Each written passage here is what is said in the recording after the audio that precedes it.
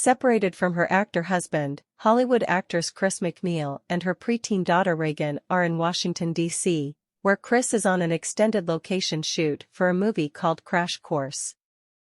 They have rented a brownstone in Georgetown as a place to live during the shoot, after which Chris plans to take Reagan to Europe until their new house in Los Angeles is constructed.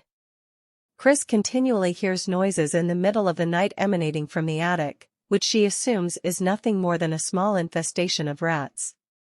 Concurrently, Reagan, who had been an even-keeled child, is showing periodic signs of unusual behavior, such as hyperactivity, swearing, lying, and lack of concentration.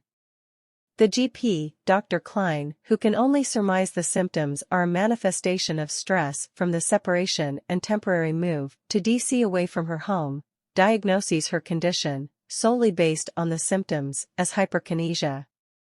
Despite Dr. Klein and other physicians trying to determine and explain Reagan's increasingly abnormal and bizarre behavior with scientific theories, Chris begins to believe that there is more at play, especially as Reagan's behavior ultimately includes violence and acts of superhuman strength, which can only be classified as otherworldly, which Reagan herself could not have directly caused on her own, such as the ratless noises in the attic.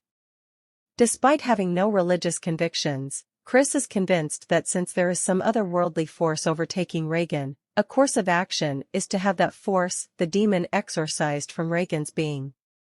Who contacts her is Father Damien Carras, also an MD, who acts as a psychiatric counselor for the Catholic Church, who Chris for whatever reason had been drawn to as a person she has seen in the neighborhood. Father Carras is facing his own crisis of faith upon the recent death of his mother. He needs not only the permission of the Church to proceed but also his own faith that whatever he does will help as opposed to hurt Reagan. Who the Church also sends is Father Lancaster Marin, who may have a better understanding of what has possessed Reagan and why it has chosen her, which is necessary to be able to combat it.